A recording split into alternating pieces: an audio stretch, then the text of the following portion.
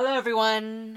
How's it going? My name is Brandon, and today I am going to be showing you guys all the books that I have recently read for the months of January and the current month of February. You can almost say that this video is sort of like a wrap-up. I think instead of doing monthly wrap-ups, I'll be doing like recent reads or currently reading. Let me know down in the comments below if you guys would rather have like monthly wrap-ups where the video title will be like a January wrap-up or May wrap-up or something like that, or you just want something like books I've recently read or recent reads, something like that.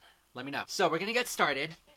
These batches of books right here. It's not a lot, it's about 5. First book of 2018 that I read, Everless by Sarah Holland. This book was actually pretty good. I was actually really surprised because earlier reviews have said it was good, but it wasn't great. There are a lot of tropes that this new novel, this debut novel, falls into. It's basically about this world, this fantasy world, where time is extracted in payment through your blood. So this mainly follows a girl who gets caught up in this political warfare and this brewing war. It was a really decent fantasy read, I thought, and I really enjoyed it. And I was just really intrigued by the whole concept of time itself in this book. If you guys are interested in like a fantasy setting and that isn't too hectic or chaotic, I really would recommend this book. I really enjoyed it. I actually haven't heard a lot of people talking about this book, but if you're one for a fantasy read, it's really quick, and this is the first, I believe, of a series. I actually thought it was a standalone, and I was all for standalones because it's really rare for me. I really like standalone fantasy novels, but this one is not a standalone, so FYI, if you're thinking that this book is a standalone, it is not. So the next book that I read was an ARC, and it was sent to me by William Morrow, which is an imprint of HarperCollins, All These Beautiful Strangers by Elizabeth Clay Foth.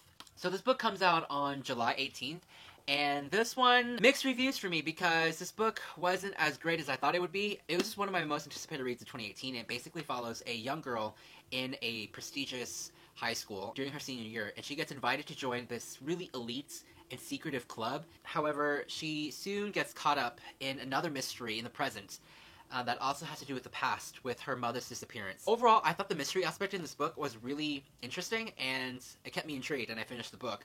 But there are several elements in here that I didn't really like. First off, with the main character, I thought she was very ignorant and very arrogant as well. She was a strong heroine, a strong protagonist, but she wasn't a very good one, in my opinion. The way she brushed off middle-class working families and how hard they worked compared to her life, which is like a prestigious high life. She's rich, she has a trust fund, and if she sees someone not wearing like a designer brand's clothing, she would be like noticing it, and she would actually just like, oh, just because that person's not wearing something that's Gucci, whatever, or something, they have to work twice as hard. And she knows this, and she kind of gets annoyed by that, and I'm just like, well, I'm sorry, but not everyone has privilege like you. Literally, almost every single name in this book, almost every single character, their names are like super posh. For example, like, there's one guy in here whose name is like Royce Montgomery or something, and then like Grace Fairchild. Sort of reminds you of like the Gossip Girl, you know, that vibe. I mean, overall, it was an alright little mystery. I wouldn't even call it a thriller. Really disappointed with this one. If you guys are looking forward to it, this one does come out on July. So the next book that I read is a psychological thriller, and at a whopping 276 pages, No Exit by Taylor Adams. This one was actually a really short book, short read, as you can see. Mainly follows a regular college student, average college student, who gets stranded in at this local rest stop, like isolated rest stop in the middle of nowhere during a blizzard. She also encounters several strangers as well as a little girl in the trunk of one of the strangers' cars. As you can see, there's some tension and mystery and thrills going on in here. She must find out who this little girl is, why she's kidnapped, and who the strangers are. Honestly, it's like a cat and mouse game. So the villain in here I thought was really unrealistic, even though this person was a psychopath. I really like the main character though. I could relate to her so well. She, you know, she's just an average college student in this event. She really forces herself to fight back. I loved how she was thrust into this scenario and had to really survive and push her limits, push forward to actually save herself and this little girl and find out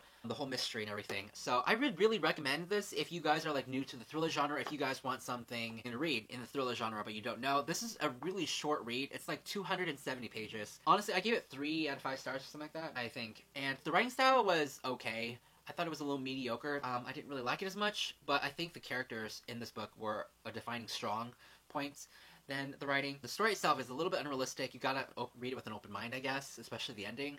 But, you know, there are some certain shocking twists and turns in here, which other people have found to be super shocking, but I didn't when I read it. So, yeah. The next book that I read and absolutely loved The Woman in the Window by A.J. Finn. So this book is written by a dude. I literally thought it was written by a woman just because of the name, but I heard or found out from somewhere that male authors tend to like use like acronyms or something to make it more female oriented, I guess, so that their book can sell more, which says a lot. So this book is about a woman who suffers from agoraphobia. I can't really say much about agoraphobia because I don't really know too much about it or know anybody who suffers from it, but this woman is suffering from agoraphobia, and, you know, she watches people from her house, all her neighbors. Soon these new neighbors move in next door, across the street, and she spies, you know, from the windows, and soon she sees something that she wasn't supposed to. And of course, you get it from there. We have that recycled trope again. Somebody sees something that they're not supposed to see, and soon they receive threatening phone calls and letters, someone stalking them. And of course, a huge fight scene at the end where the known culprit shows themselves. And of course, I'm not going to reveal anything, but if you know thrillers and their recycled tropes, you kind of get the gist of it. That's all I'm going to say about this book. No spoilers. I absolutely love this book. It was really intense and gripping. I think one of the reasons why it was so intense and gripping as it was is because the chapters in this book are so short. Like, some of them are just one page, half a page. I think one of them is like just 2 sentences, and you're just like, you have to keep going. And it's a pretty hefty book, I thought. And it's around like 430 pages, which is, I don't know, pretty big for a thriller. It's pretty big. Absolutely enjoyed it. It was so much fun, and I would highly recommend this book if you guys are looking to find a really fast-paced thriller. Some people, however, said it was like slow, and I was like, okay, well, you know, it's character development. I also heard this book is also being made into a movie as well, and Stephen King has blurbed this book. If that doesn't get you on the hype train, I don't know what does. Last and not least, The Hazelwood by Melissa Albert. This book is so freaking beautiful. Look at it. On the inside, however, not so much. So this, if you didn't catch the drift, is a really disappointing read for me. One of my most anticipated reads fell down really flat. Super flat. So this book is about a girl who basically travels with her mother, you know, everywhere, never stopping in one place too long because bad luck always seems to follow them around, until one day they receive a letter informing them that their grandmother has died. Grandmother lives in this estate called the Hazelwood, and basically soon chaos and adventure erupts with fairy tales seems like coming to life. The main girl's mother is kidnapped, and the main character must realize she must go on this huge journey and embark on this adventure to save her mother through these fairy tales that her grandmother has written. Overall, it had a really interesting and intriguing premise. I really liked it for its originality, but its execution, not so much. And also the character as well. The main character was so frustrating to read. A lot of people compare this to like Alice in Wonderland, a darker retelling, some darker elements of other fairy tales incorporated, and I agree, but mostly this book reminded me of Night Film by Marissa Pessl. The reason why it reminded me so much of Night Film is because there are certain parts in the book that are so vague or written in a way that I really couldn't formulate and just understand and grasp the concept of it. Maybe I'm just fucking stupid, but this book was like, it was a trip, not gonna lie. This was a good book, but in the end I was ultimately disappointed. Didn't really like the way how it ended. I thought it was very rushed. And the main character aggravated me so much. She irritated the shit out of me. She was so annoying. I get that. She was written to be unlikable. She's an unlikable character. She had a lot of flaws, especially with anger issues and just a lot of lashing out at people. She was very impatient, but I couldn't empathize or sympathize with her on that at all. Like, I don't know if you were supposed to sympathize with her, but or relate to her in that way. I just couldn't. I didn't like the way she handled things, and I get that, you know, contradicting myself, she's an unlikable character. There's also something that really bothered me in here is how a person of color is treated by this girl who has anger issues. They're stopped by a cop, and this other person, who's a person of color, says he's uncomfortable being around cops. And then she gets frustrated and angry at him, and then she turns it around by saying he's privileged and rich, and just goes off on him. And then she almost crashes into a tree, like, purposely, because she's so angry. Again, you have to read the whole story to get the full extent. I was like, why did you have to incorporate race in there and for her to get angry by that, you know, statement? It was just, I thought it was poorly written, poorly done, but overall, you know, it was a letdown. Didn't like it as much, but that's just me. I don't know. There's so much to be done with the world. I really like, though, how we also read some fairy tales that are incorporated in the story itself, weaved into the story, and just really love that. And I wished there was actually like a companion novel, maybe, where you could have that actual fairy tales in, you know, another book. Kind of nervous now with all my other anticipated reads of 2018, seeing how they go. A lot of my friends really love this book, and, you know, this book just wasn't for me. I gave this book 2 out of 5 stars, but it also has 5 out of 5 stars for one of the best covers I've ever seen. Also, there are like a couple people who have compared this to The Raven Boys.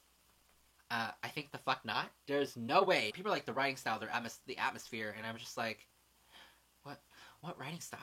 What atmosphere? Were we reading the same book? So overall, these are all the books that I have recently read. So the light is fading right now, but I wanted to show you guys the books I was currently reading. Okay, the first book that I'm currently listening to on audio right now, super slow, I'm actually not really liking it so far, I actually kind of want to DNF it, is Stalking Jack the Ripper by Kerri Maniscalco. It's okay, I'm like around 60% in, and I think that's pretty good, and I kind of want to DNF it, but at the same time I want to find out who the killer is. People are like, it's so predictable, but I don't know. Maybe, because I was listening to it on CD at the library, maybe that's just, it's so slow, I cannot stand the main character, she annoys me so much. Everybody annoys me in this book. I was like, that is so unrealistic, but at the same time, it's overhyped as well. Everyone who has read it said it's amazing, but I'm like, no. The next book, of course, everyone knows what this is Harry Potter and the Sorcerer's Stone. I get confused sometimes because Sorcerer's Stone and Philosopher's Stone, I think the Philosopher's Stone is the UK edition or version, whatever. But yeah, I'm like 33 pages in, taking my sweet damn time. I started this book at the last week in December, so barely getting my way through it. I'm also vlogging my experience reading this book. I think, I don't know, who knows, it might be the whole year. Take me a whole year to read this book, maybe. This middle grade book, but we'll see. The next book I'm listening to on audio as well is The Diviners by Libba Bray. This one I actually read before, like, I got 140 pages in before I put it down because I wasn't in the mood. I started like around 3 years ago.